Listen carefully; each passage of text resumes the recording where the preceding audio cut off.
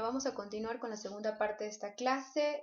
Ya describimos toda la población celular que conforma la pulpa o el tejido pulpar. Ahora vamos a hablar sobre la matriz extracelular y los componentes que integran esta matriz en la pulpa dental. Ya saben, como lo dije inicialmente, esta matriz está constituida por un componente fibrilar y un componente fundamental amorfo. Esta sustancia amorfa se compone de proteoglicanos y de agua, y como ya conocen, los proteoglicanos son una mezcla de proteínas y de glicosaminoglicanos.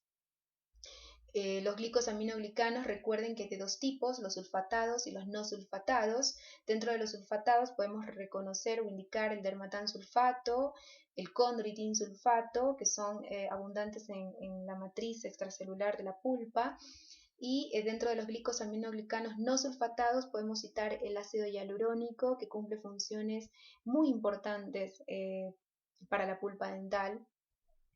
Y dentro del componente fibrilar, pues que también es sintetizado, es aportado por los fibroblastos, junto con componentes o glicoproteínas que integran la sustancia fundamental amorfa. El componente fibrilar está representado por conjunto de fibras colágenas, fibras reticulares, fibras elásticas y fibras de oxitalán, que serían en este caso también producidas por el fibroblasto. Dentro de las fibras colágenas, tienen que saber que las fibras de colágeno en un 60% están constituidas por colágeno tipo 1, o sea, de todas las fibras colágenas que encontramos en la pulpa dental, el 60% de su composición es colágeno tipo 1. Tienen que saber que la distribución y la proporción de estas fibras difiere según la región anatómica a considerar de la pulpa dental, ya que está descrito que la disposición y la densidad de estas fibras de colágeno sería más irregular y más escasa a nivel de la pulpa coronal, mientras que a nivel de la pulpa radicular se ha descrito que estas fibras colágenas se disponen en una forma mucho más regular, se disponen en forma paralela, en bandas paralelas, y serían mucho más densas a nivel de la pulpa radicular, ¿no? También está descrito que la densidad y el diámetro de estas fibras colágenas aumenta con la edad. Al microscopio óptico las vamos a encontrar, las vamos a poder describir, mejor dicho, como estructuras fibrilares o filiformes de apariencia levemente ondulada, y eosinófilas con la hematoxilina eosina. Las vamos a identificar como estructuras azules o azul verdosas si las observamos al microscopio óptico en preparados teñidos con tricrómico de Masson, y las vamos a observar de color rojo con la tinción de Van Giesonck. Bueno, no olvidar que la matriz extracelular de la pulpa está formada por grandes cantidades de colágeno tipo 3, de colágeno 6, fibronectina. También podemos identificar colágeno 4, colágeno 5. El colágeno 4 lo vamos a identificar fundamentalmente en las membranas basales, en este caso de las paredes de los vasos sanguíneos. Pero de todos los tipos de colágeno que podemos encontrar en la matriz extracelular de la pulpa, el colágeno tipo 1 es el más abundante, representa el 60% de la composición de las fibras colágenas. Y no olvidar que la distribución y la proporción de estas fibras colágenas varía según la región topográfica de la pulpa. En la pulpa coronal, estas fibras colágenas están en menor densidad y son más irregulares en su disposición, mientras que en la pulpa radicular son más abundantes, son más densas y son más regulares en su distribución, ¿no? Están dispuestas formando bandas paralelas, y su densidad y su diámetro aumenta ostensiblemente con la edad. ¿Sí? ¿Por qué? Porque con el avance de los años, con la edad avanzada, disminuye la actividad y el número de elementos celulares activos, y estos van a ser reemplazados por elementos inactivos como son las fibras. Bueno, Aquí en un preparado teñido con Van Gieson, ya saben que las fibras colágenas se van a ver de color rojo si las vemos con Van Gieson, de color rosado, eosinófilas si las vemos con hematoxilinosina y de color azul verdoso si las vemos con tricrómico de Masson, ¿no? Algo muy importante que me olvidaba, estas fibras colágenas morfológicamente, observen, se disponen como estructuras ligeramente onduladas y entre ellas están dispuestas los fibroblastos, ¿no? Como ven aquí, células estrelladas con prolongaciones citoplasmáticas comunicadas a través de estas prolongaciones citoplasmáticas. Bueno, otro grupo de fibras que podemos encontrar en la matriz extracelular de la pulpa son las fibras reticulares. Ya saben que el sustrato químico de estas fibras se basa en colágeno tipo 3 más fibronectina, o sea, la mezcla de estas dos proteínas forma las fibras reticulares, las cuales cuando están en las inmediaciones de la capa odontoblástica, estas fibras reticulares adoptan una morfología más particular, simulando un espiral o un sacacorcho, y por esa disposición y esa relación tan estrecha con los odontoblastos, se le ha dado el nombre de plexo de von Korff cuando estas fibras reticulares se ubican a nivel de la zona paraodontoblástica. Se le da ese nombre de plexo de von Korff, ¿no? No confundir plexo de von Korff con un plexo vascular o un plexo nervioso. Este plexo de von Korff es una red de fibras reticulares en íntima asociación con la capa de odontoblastos, adoptando una morfología bastante singular, simulando un sacacorcho o un espiral. Estas fibras reticulares se evidencian fundamentalmente con la tinción de PAS o PAS y además con metamina de plata, pues son intensamente argidófilas, responden a las tinciones de plata. ¿Por qué? Por su alto contenido de carbohidratos, por la presencia de fibronectina. Al ser una glicoproteína, la presencia de carbohidratos en estas fibras hace que se puedan observar y sean muy evidenciables con estas dos tinciones, con PAS y con metamina de plata. También tienen que saber que estas fibras reticulares aumentan con la edad, al igual que las fibras colágenas aumentaban con la edad, con el paso de los años, estas también lo hacen. Pero sucede que a medida que pasan los años, en una pieza dental ya senil, envejecida, el colágeno 3, que es el componente de estas fibras reticulares, va a ser reemplazado por colágeno tipo 1 y por eso también se las denomina fibras precolágenas. Bueno, otro de los grupos de fibras que podemos encontrar en la matriz extracelular de la pulpa son las fibras elásticas y las fibras de Oxitalan. Las fibras elásticas en realidad son muy escasas en la matriz pulpar, estarían localizadas exclusivamente en las paredes de los vasos aferentes. Los vasos sanguíneos aferentes son difíciles de identificar con las tinciones habituales de hematoxilina eosina, siendo necesarias técnicas más especializadas de tinción para poder detectarlas. Ya que su principal componente es la elastina. Básicamente sería más factible su identificación con técnicas de inmunofluorescencia, utilizando anticuerpos monoclonales dirigidos a elastina, ¿no? Y obviamente observadas por microscopio de fluorescencia. Y las fibras de Oxitalan, que se consideran un tipo de fibras elásticas inmaduras, su morfología es también ondulada, pero su función es desconocida hasta el día de hoy. En cuanto a la sustancia fundamental amorfa, que está compuesta principalmente de proteoglicanos y de agua, estos proteoglicanos ya saben que son estructuras con núcleos proteicos del cual emergen ramificaciones laterales de glucosaminoglicanos. Los glucosaminoglicanos que encontramos en la pulpa hay de dos tipos, los sulfatados y los no sulfatados. Dentro de los sulfatados podemos citar el dermatansulfato, el condroitinsulfato. De los GAG sulfatados, el dermatansulfato es el GAG predominante en la sustancia fundamental de los dientes recién erupcionados.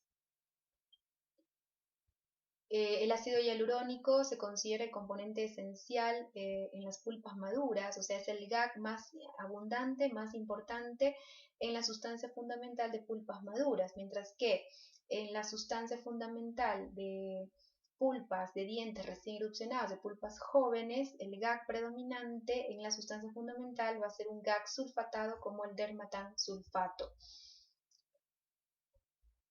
Entonces, ¿esto qué significa? Significa que la composición de la sustancia fundamental de la pulpa varía según la edad de esa pulpa, ¿no? Según es una pulpa joven o una pulpa adulta. En una pulpa adulta el GAG predominante es el ácido hialurónico. En una pulpa joven el GAG predominante es el dermatansulfato. Los componentes de esta sustancia fundamental, estos glicosaminoglicanos, son básicamente visualizables por técnicas de histoquímicas, azul de Alcian y PAS, ¿no? ¿Por qué van a ser ávidas al PAS estos componentes de la sustancia fundamental? Bueno, por el alto contenido de carbohidratos que tienen los glicosaminoglicanos.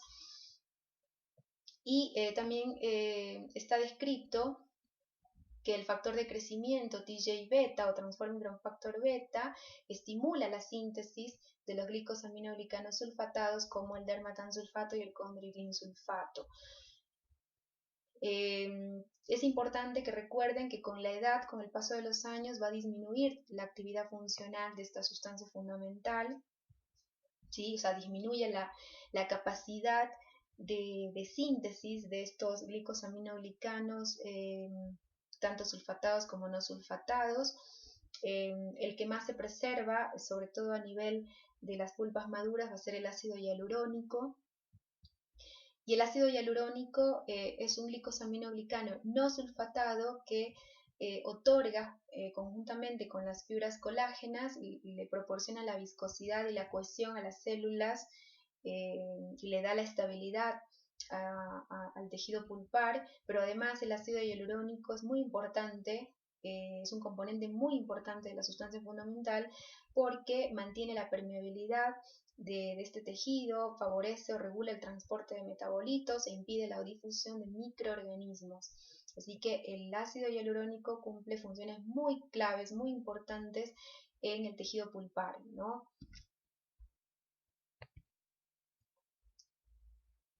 Bueno, a nivel topográfico, la pulpa dental reconoce varias zonas que están en este caso originadas o determinadas por la manera en cómo se distribuyen los diferentes grupos celulares. Entonces, a nivel histológico, con microscopía óptica, podemos identificar dos grandes zonas. En primer lugar, una zona periférica de la pulpa y una zona central o profunda. La zona central es pobre en células, pero tiene alto contenido componente vascular, nervioso, mientras que la zona periférica de la pulpa, en ella se reconocen tres zonas, que son la zona odontoblástica. Inmediatamente por debajo de esta capa odontoblástica vamos a tener las células subodontoblasticas o células de Hall, que constituyen una fuente directa para el reemplazo de odontoblastos perdidos. Las células de Hall son células progenitoras tardías que tienen capacidad de diferenciarse en odontoblastos ante señales específicas, ante determinadas señales. Inmediatamente por debajo de esta capa odontoblástica y células subodontolásticas tenemos una zona basal o una zona llamada oligocelular de Weil, que es una zona escasa en células o prácticamente ausente de células, que tiene aproximadamente un espesor de 40 micras y que representaría la mitad del espesor o de la distancia de la zona odontoblástica. Es decir, que aproximadamente el espesor de la zona odontoblástica sería aproximadamente 80 micras. Más hacia la profundidad vamos a tener la zona rica en células y ya en la zona más interna de la pulpa se reconoce la zona centropulpar, que es especialmente rica en vasos sanguíneos y ramificaciones nerviosas. Entonces, en este corte, tratado por la técnica de descalcificación y teñido con hematoxilina eosina, podemos identificar de afuera hacia adentro la predentina. Por debajo de esta predentina vamos a encontrar la zona, la capa odontoblástica, ya saben, una capa, una empalizada de células cilíndricas, simulando un epitelio pseudoestratificado a nivel de la pulpa coronal, pero la morfología de estas células y el número de estas células ya saben que varía. Ostensiblemente a nivel de la pulpa radicular disminuye el número de odontoblastos por unidad de superficie y la morfología de estas células también cambia de manera dramática a nivel de la pulpa radicular, dejan de ser células tan alargadas para convertirse en células cúbicas o cúbicas altas y terminando en los ápices convirtiéndose a nivel de la pulpa radicular apical en células aplanadas simulando un epitelio plano simple. Inmediatamente por dentro de esta capa odontoblástica tenemos una zona de células subodontolásticas, células de Hall, que son células progenitoras tardías con capacidad de diferenciarse en odontoblastos ante determinadas circunstancias. Por dentro de esta capa odontoblástica vamos a reconocer una zona pobre en células o escasa en células, también llamada acelular, zona oligocelular de Weil, que está básicamente conformada por prolongaciones celulares, por prolongaciones citoplasmáticas, como las prolongaciones de los fibroblastos o de las células dendríticas. Eso es lo que vamos a reconocer en esta zona. Su espesor aproximadamente, su altura es de aproximadamente 40 micras, y en ella también vamos a reconocer los plexos capilares y los plexos nerviosos. Por dentro de esta zona oligocelular se reconoce la zona rica en células, donde vamos a encontrar fibroblastos, vamos a encontrar células dendríticas, vamos a encontrar macrófagos, células inmunes en proporciones variables dependiendo del estado de ese tejido. Si está o no en condiciones inflamatorias. Ya saben que si la pulpa está experimentando un proceso inflamatorio, la proporción de células inmunes va a variar ostensiblemente y más hacia el interior encontramos la zona centropulpar, que va a ser, como ven, escasa, muy escasa en células, pero es muy rica en componentes vasculares y nerviosos. Bueno, definiendo cada una de estas zonas, la capa odontoblástica, ya saben, formada por una capa de células empalizada, ya saben por qué se disponen empalizada, gracias a estos complejos de unión, simulando una estructura epitelial. Inmediatamente por debajo de esta capa de células diferenciadas, maduras, que perdieron totalmente su capacidad de dividirse por mitosis y que adquieren únicamente capacidad de síntesis, están las células de Hall. Estas células de Hall, ante determinadas señales o estímulos, como fibronectina, por ejemplo, tienen capacidad de diferenciarse en odontoblastos. Y las células de Hall se les ha atribuido una función muy importante en la formación de dentina reaccional, de dentina terciaria. Es importante que recuerden que la formación de dentina terciaria puede ser de dos tipos, puede ser reaccional o puede ser reparativa. La formación de dentina terciaria reaccional se da en presencia de células odontoblásticas o células de Hall, ¿no? ¿Eso de qué depende? Va a depender de la intensidad y de la naturaleza de los estímulos. Cuando la intensidad de los estímulos patológicos o de los estímulos nocivos que da origen a la formación de una dentina terciaria es de baja intensidad o de moderada intensidad y no lleva a la destrucción, a la pérdida de odontoblastos o de células de Hall, entonces estas células van a ser capaces de formar esta dentina reaccional, estos puentes de dentina que se forman exclusivamente en los sitios donde actuó el estímulo patológico. Entonces en ese caso se habla de una dentina reaccional, pero cuando el estímulo fue tan intenso o tan severo, y que media o lleva a la destrucción, a la muerte por apoptosis y por necrosis de estas células de Hall o de esta capa odontoblástica, las células que pueden mediar la regeneración de esa pulpa lesionada, de esa dentina dañada, serían la población de células ectomesenquimáticas o células STEM, células madre de la pulpa, o de los fibroblastos, que ante estímulos inflamatorios, ante determinadas señales, factores de crecimiento, está descrito que se pueden diferenciar en odontoblastos. Si es así, entonces estas células ectomesenquimáticas van a migrar hacia la capa, hacia la zona paraodontoblástica para diferenciarse en odontoblastos, los cuales van a mediar el depósito entonces de una dentina terciaria también, pero de tipo reparativa, ¿no? Entonces, la dentina terciaria puede ser reaccional o puede ser reparativa. ¿De qué depende? Va a depender de la intensidad y la naturaleza del estímulo. Si el estímulo fue de baja intensidad o de moderada intensidad y no medió la destrucción de los odontoblastos existentes o de las células de Hall, entonces eso va a llevar a la formación de una dentina terciaria de tipo reaccional, mientras que si el estímulo fue tan grave, fue tan intenso que medió la destrucción, la muerte por apoptosis o por necrosis de la capa odontoblástica o de las células de Hall, entonces la formación de dentina terciaria va a estar únicamente a expensas de la población de células ectomesenquimáticas o de los fibroblastos de la pulpa, que necesitarán de determinadas señales para poder migrar hacia la zona paraodontoblástica y diferenciarse en odontoblastos maduros destinados a secretar esta dentina. Recuerden que para la síntesis de esta dentina terciaria se requiere un aumento en la síntesis, se requiere que el odontoblasto aumente la síntesis de colágeno tipo 1 y de fosfatasa alcalina.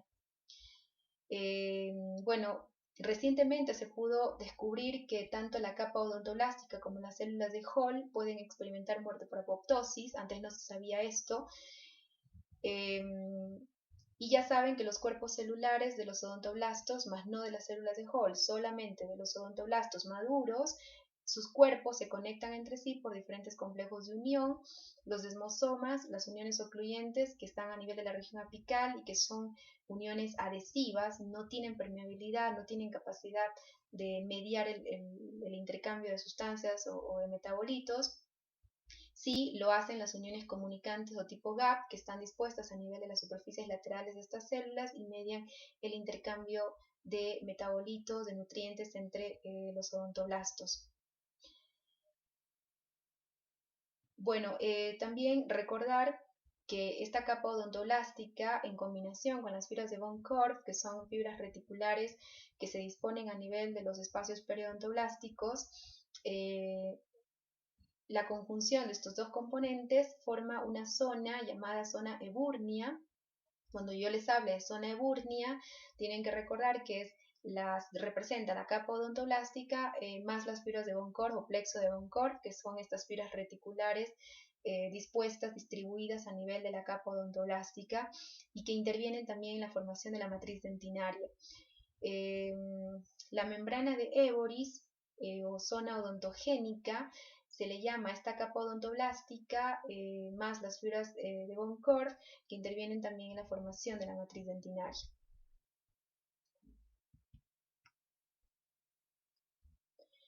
La zona basal o oligocelular de Weil es una capa, como ya lo dije, de aproximadamente 40 micras de ancho. Es una zona pobre en células o acelular, que está sobre todo bien definida en la región coronaria, no lo está tanto a nivel de la pulpa radicular. De hecho, estudios demuestran que esta zona sería ausente prácticamente en la región radicular o pulpa radicular. Se forma tardíamente en el proceso de histogénesis pulpar, y si se forma tardíamente en el proceso de histogénesis pulpar, esta zona basal o oligocelular de Weil no la van a identificar, no la van a encontrar a nivel de pulpas embrionarias, por ejemplo. En pulpas maduras se ha descrito que esta zona puede llegar a tener un espesor mucho más grande, puede pasar de 40 micras a 60 micras en pulpas maduras. ¿Y qué identificamos en esta zona basal o oligocelular de Weil? Bueno, la literatura describe que en ella identificaremos básicamente prolongaciones celulares. Vamos a identificar el plexo nervioso de Roscoe, el plexo capilar subodontoblástico, Podemos identificar fibroblastos subodontoblasticos, pero escasos básicamente, o solo podemos identificar sus prolongaciones y prolongaciones de las células dendríticas de la pulpa.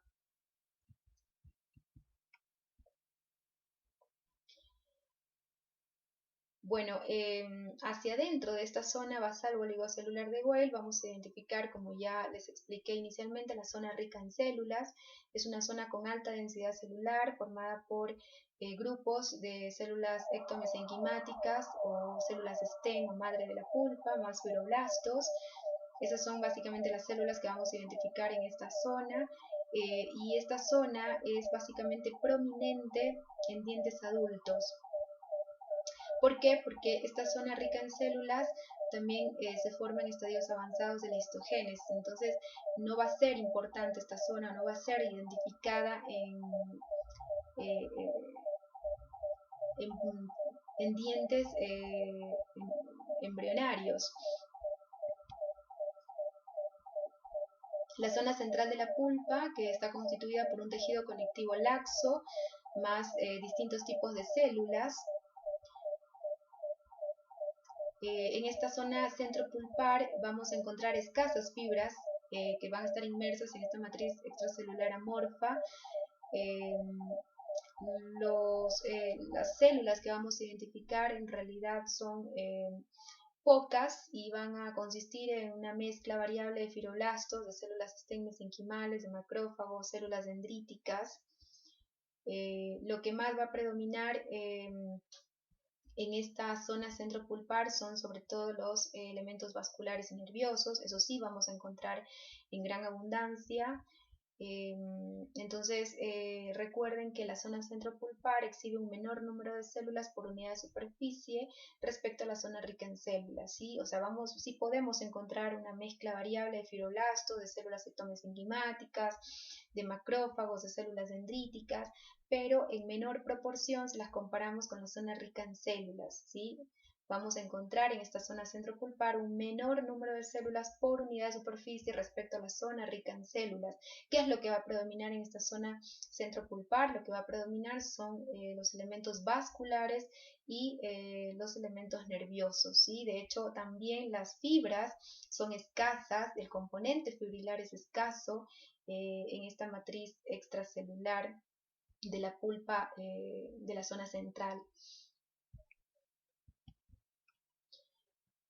Bueno, en cuanto a la vascularización del tejido pulpar, tienen que saber que los vasos sanguíneos, junto con las fibras nerviosas sensitivas y las fibras nerviosas autónomas que llegan al tejido pulpar, ingresan al mismo a través del foramen apical. ¿De dónde provienen estos vasos sanguíneos que acceden al tejido pulpar? Bueno, van a provenir de las arterias colaterales, que a su vez derivan de las ramas tronculares de los maxilares. Estos vasos sanguíneos arteriales que ingresan al tejido pulpar lo hacen por el foramen apical, llegan hasta la pulpa radicular, siguen un recorrido rectilíneo, llegan a la región central, a la región de la pulpa central. Recuerden que en la zona pulpocentral es la zona que más abundancia muestra de elementos vasculares y nerviosos. Es ahí donde empiezan a ramificarse tanto los vasos sanguíneos arteriales y las fibras nerviosas que ingresan al tejido pulpar, se ramifican para formar verdaderos plexos. En este caso, los vasos sanguíneos arteriales se ramifican a nivel de la zona centropulpar y forman un plexo capilar que se extiende hasta la zona subodontoblastica, formando entonces el plexo capilar subodontoblástico, que lo vamos a identificar a nivel de la zona basal de Weil. ¿Y qué función cumple este plexo? Bueno, este plexo cumple la función de otorgar nutrición a los odontoblastos. Este plexo capilar subodontoblástico, que está a nivel de la zona basal de Weil, por debajo de la capa de células subodontolásticas o células de Hall, va a originar a su vez ya a este nivel, ¿no? A nivel de la zona basal o oligocelular de Weil, este mismo plexo capilar subodontoblástico que se formó por las ramificaciones que emergió o que generó los vasos sanguíneos arteriales, en este caso de sangre arterial, que llegan a la pulpa, derivados de los troncos vasculares provenientes de los maxilares, va a originar a nivel de la zona basal de Well un sistema de vénulas. Estas vénulas a nivel de la zona basal de Well van a unirse, van a anastomosarse formando troncos venosos más gruesos, hasta generar venas centrales que van a emitir un trayecto contrario a los vasos arteriales y van a abandonar el tejido pulpar por el foramen apical, ¿no? Entonces, los vasos arteriales describen un trayecto aferente, mientras que las vénulas que se originan de este mismo plexo capilar a nivel de la zona basal de Well van a describir un trayecto contrario eferente, ¿no? Bueno, la circulación vascular que exhibe el tejido pulpar es una circulación de tipo terminal, ya que se basa en la comunicación, en la anastomosis arteriovenosa y venovenosa, lo que va a constituir entonces la microvascularización pulpar, la cual regula el flujo sanguíneo, el flujo vascular a nivel del tejido pulpar, y esto es muy importante porque ante determinados estímulos, tanto físicos como químicos o mecánicos, se puede alterar el flujo sanguíneo vascular. Cuando eso sucede, cuando aumenta el flujo sanguíneo, la permeabilidad vascular en la pulpa, esto va a provocar automáticamente una reducción del umbral de las fibras nerviosas sensitivas o sensoriales del tejido pulpar, provocando que estos estímulos captados en el tejido pulpar sean inmediatamente transmitidos al sistema nervioso central y transformados en sensaciones dolorosas, ¿no? ¿Por qué? Porque el cambio en el flujo vascular va a asociar automáticamente una reducción del umbral de estas fibras nerviosas sensitivas, haciendo que ante estímulos como el calor, los cambios de temperatura, eh, determinadas sustancias, se genere una experiencia dolorosa, ¿sí? Porque cambia, se altera el flujo vascular en este tejido pulpar. Bueno, en cuanto a los vasos linfáticos de la pulpa, hay autores que niegan su existencia y otros que la comprueban. En todo caso, lo que se describe es que los linfáticos de la pulpa dental forman un sistema bastante primitivo, diferente a la red de linfáticos que exhiben otros órganos, que es mucho más compleja. En este caso, en la pulpa dental, los vasos linfáticos formarían un sistema muy primitivo, los cuales se originarían en la pulpa coronaria a nivel de la zona basal de Weil y la zona odontoblástica. Ahí se originarían estos vasos linfáticos. ¿Y por qué se originan a ese nivel? Porque su función va a ser drenar la linfa, o sea, transportar esa linfa, llevarla hacia vasos linfáticos de mayor calibre, y junto con los vasos sanguíneos venosos y los nervios van a abandonar la pulpa por el foramen apical. En el periápice, estos vasos linfáticos se van a reunir con linfáticos mayores de mayor calibre presentes en el ligamento periodontal, y van a desembocar o van a drenar esa linfa que proviene del tejido pulpar, de la capa odontoblástica, la van a drenar hacia los ganglios regionales. Los linfáticos que drenan la linfa proveniente de dientes anteriores lo van a hacer o van a desembocar en las cadenas ganglionares submentonianas, mientras que los vasos linfáticos que provienen de dientes posteriores, que provienen de la pulpa de dientes posteriores, van a drenar esa linfa en cadenas ganglionares submandibulares y cervicales profundas. En cuanto a la inervación, la pulpa dental posee una inervación de tipo sensitiva y de tipo autónoma. La inervación sensitiva está representada por fibras nerviosas sensoriales aferentes, mielínicas y amielínicas, que cumplen diferente función y que están dispuestas en lugares distintos de estas fibras. Estas fibras nerviosas sensoriales aferentes, independientemente de si tienen o no tienen mielina, se ramifican formando colaterales. Las que encontramos a nivel subodontoblástico, en las inmediaciones de la capa odontoblástica, específicamente a nivel de la zona basal o zona oligocelular de Weil, son las fibras nerviosas aferentes mielínicas que se ramifican formando colaterales que van a terminar conformando el plexo subodontoblástico de Raskow. Este plexo es un plexo, por tanto, nervioso, conformado por fibras aferentes sensoriales mielínicas y que está dispuesto a nivel de la zona basal u oligocelular de Weil, pero está descrito que estas fibras, gracias a factores de crecimiento que expresan, que producen, que secretan los odontoblastos, estas fibras podrían extenderse, como ya lo expliqué, gracias a la producción de semaforina 7 por parte de los odontoblastos. Este plexo podría extenderse y permitir que estas fibras lleguen hasta el espacio periodontoblástico y se asocien íntimamente con el odontoblasto y con la programación odontoblástica, llegando inclusive a cubrir una distancia de hasta 200 micras dentro del túbulo dentinario.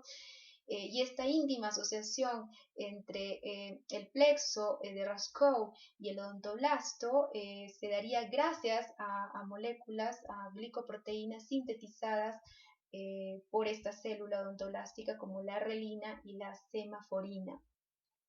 Lo que sí tienen que recordar es que estas fibras aferentes mielínicas que forman el plexo de Raskow, cuando se extienden hasta la zona odontoblástica, perderían la capa de mielina y se volverían amielínicas.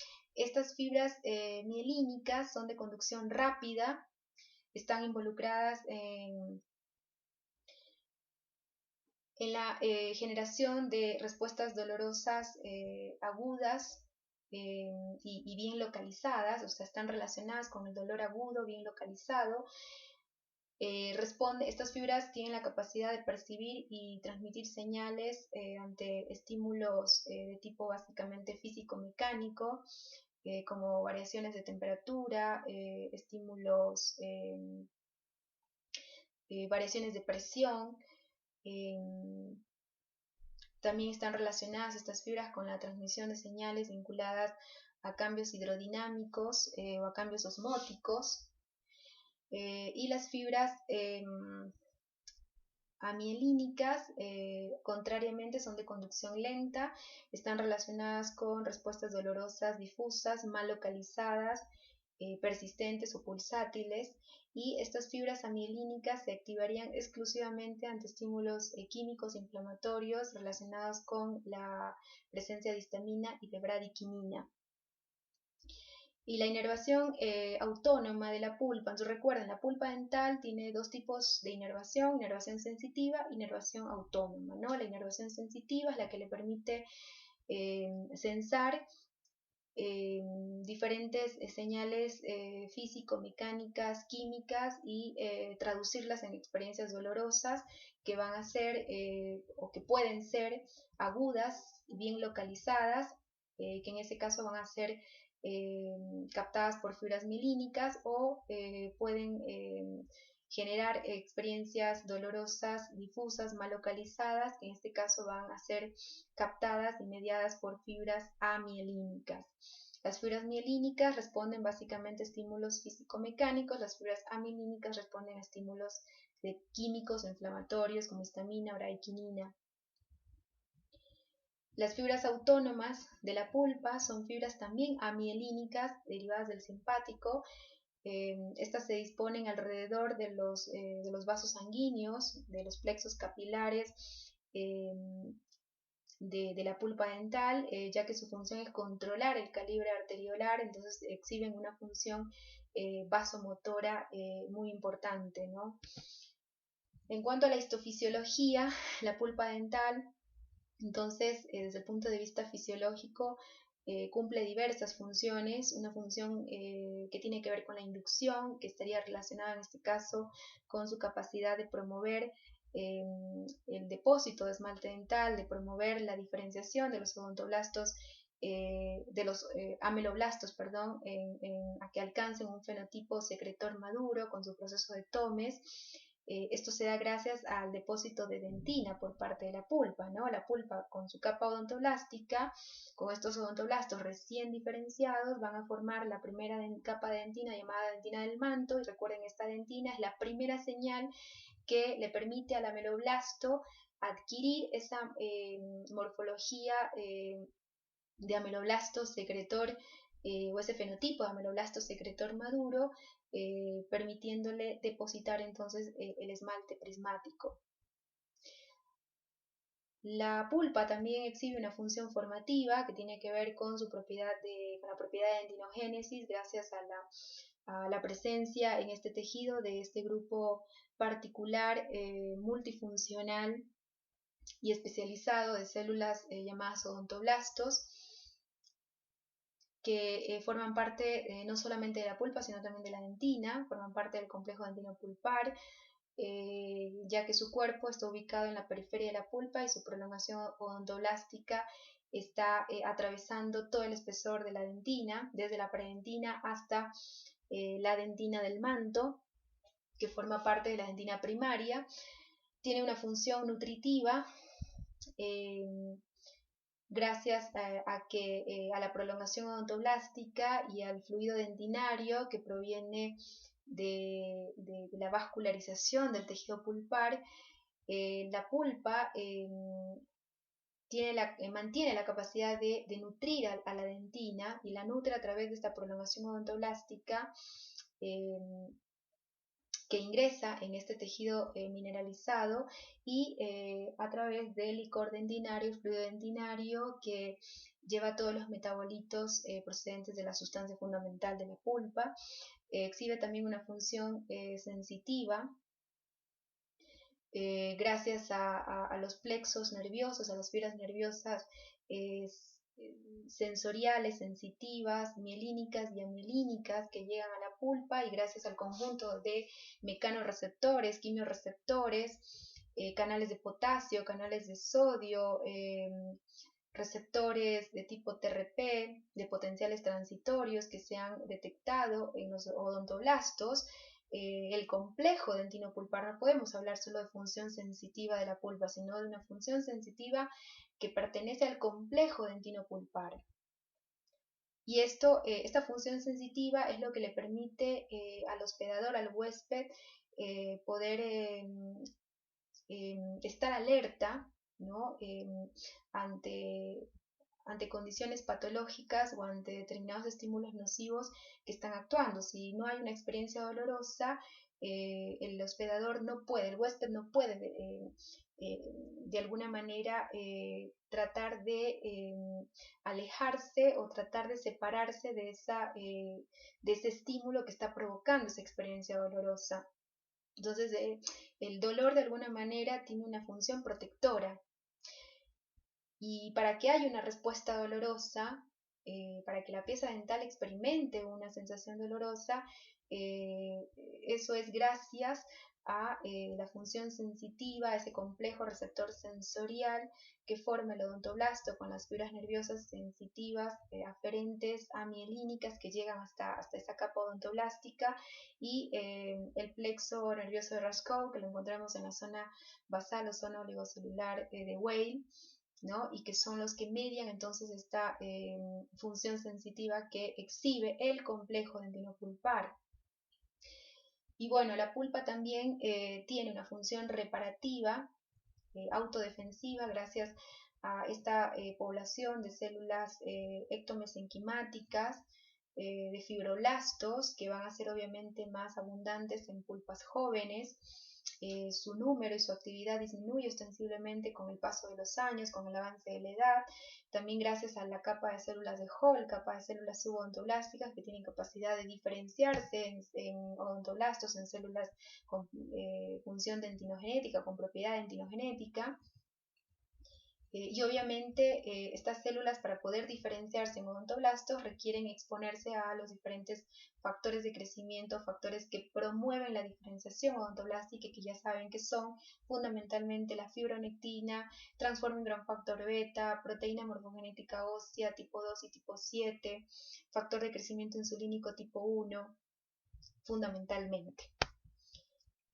Bueno, y para terminar, los cambios que experimenta la pulpa con el paso de los años tienen que ver con la reducción de su volumen. ¿Por qué se reduce el volumen de la pulpa con el paso de los años? Ya saben, por el depósito continuo de dentina secundaria, la cual se deposita ante estímulos fisiológicos que tienen que ver con los contactos oclusales, las fuerzas oclusales normales, pero también el volumen de esta pulpa se va a reducir con el paso de los años gracias al depósito localizado y de alguna manera deformante también de la dentina terciaria, que puede ser reaccional o reparativa y que se forma únicamente ante estímulos patológicos, como puede ser erosión, como puede ser caries, fracturas, traumatismos, fuerzas oclusales excesivas, etc. Otro cambio que va a experimentar la pulpa con el paso de los años va a ser la disminución de la vascularización, la pérdida progresiva también de su actividad y su densidad celular. Ya saben que la actividad y la proporción de células ectomesenquimáticas, de fibroblastos, disminuye ostensiblemente con el paso de los años, con la edad, y por el contrario va a aumentar la densidad y la proporción, ¿no? De estas fibras presentes en la matriz extracelular de la pulpa. Aumentan tanto las fibras colágenas, las fibras reticulares. De hecho, en las fibras reticulares, con el paso de los años, se producirá el reemplazo del colágeno tipo 3 por colágeno tipo 1. Entonces, de alguna manera, las fibras en las piezas dentales de edad avanzada, en los dientes seniles, estas fibras van a reemplazar la población de células que se van perdiendo. Entonces, recordar que una pulpa senil pierde progresivamente el potencial de autodefensa y regeneración tisular. ¿Por qué? Porque va a mostrar una reducción progresiva en cuanto a la actividad y la densidad de células con función regenerativa, como son las células madre de la pulpa, las células ectomesenquimáticas, los fibroblastos, y de esa manera pierde su capacidad de autodefensa, porque estas células permiten la autodefensa de la pulpa, permite que la pulpa se defienda ante estímulos nocivos, ante situaciones patológicas, formando puentes de dentina muy localizados llamados dentina terciaria. Recuerden que la dentina terciaria puede ser reaccional o puede ser reparativa. ¿De qué depende? Depende de la intensidad y de la naturaleza del estímulo. Bueno, como resumen, la pulpa dental, ya saben, es un tejido conectivo altamente especializado, único dentro de su grupo. Ya saben por qué es un tejido único, de variedad laxa, que tiene su origen en la papila dental, ¿no? La pulpa y la dentina forman una única unidad biológica que comparten un mismo origen embriológico a nivel del ectomesénquima, a nivel de la papila dental. Comparten una misma unidad estructural o constituyen la pulpa y la dentina una misma unidad estructural y funcional. Esta pulpa, este tejido pulpar, es el único tejido blando presente en el elemento dental, que ocupa un espacio que está excavado en la dentina llamado cámara pulpar, cuya morfología refleja la diferente morfología de los elementos dentales, y que en los dientes anteriores, recuerden, esta cámara pulpar a nivel coronal se continúa sin límites topográficos con la pulpa radicular, no así en los dientes posteriores. Eso ya fue explicado en la parte introductoria. La propiedad dentinogenética se va a mantener en este tejido pulpar mientras dure su vitalidad. Una vez que se termina la vitalidad de esta pulpa, se termina la capacidad del diente de formar dentina. Bueno, la pulpa dental, el tejido pulpar, tiene la capacidad de responder a diversos estímulos exógenos, tanto físicos, mecánicos y químicos. ¿A través de qué? A través de estas fibras nerviosas sensoriales aferentes, que pueden ser mielínicas y amielínicas. Recuerden que las fibras amielínicas son importantes para la recepción de estímulos de tipo básicamente inflamatorio químico, y las mielínicas son importantes para la percepción y la respuesta frente a estímulos de tipo mecánico y térmico. Las funciones que exhibe el tejido pulpar, como vieron, son diversas, ¿no? Tiene funciones tanto inductoras, nutritivas, sensitivas, formadoras, reparativas. Y estructuralmente el tejido pulpar, como ya saben, está formado como todo tejido conectivo, formado por células y una matriz extracelular. Las células son diversas. Podemos reconocer células inmunes y no inmunes, ¿no? Las células no inmunes son las células específicas del tejido pulpar. Y por un lado, las células más abundantes, los fibroblastos, que sintetizan la matriz pulpar, y células altamente especializadas como los odontoblastos, y después células inmunológicas como los macrófagos, las células dendríticas y proporciones variables de linfocitos T, linfocitos B, células plasmáticas, eosinófilos, mastocitos, dependiendo su proporción, su densidad va a depender de el estado de ese tejido, ¿no? Si está sano o está bajo contexto inflamatorio. Y la matriz extracelular, secretada en este caso por los fibroblastos, que se basa en un componente fibrilar y un componente amorfo, representado por proteoglicanos y agua, y el componente fibrilar, ya saben, constituido por fibras colágenas, elásticas, reticulares. Las elásticas serían escasas en la pulpa, las más importantes serían las colágenas y las reticulares. Recuerden que en las fibras colágenas el componente más importante, más abundante, es el colágeno tipo 1, presente un 60%. Y topográficamente en la pulpa se diferencian por microscopía óptica 4 zonas que de la periferia a la profundidad serán la zona odontoblástica, la zona basal o oligocelular de Weil, la zona rica en células y la zona centropulpar, que como saben exhibe variedad de células pero con mucha menor densidad respecto a la zona rica en células. Lo que más exhibe la zona celular, centropulpar, van a ser componentes vasculares y nerviosos.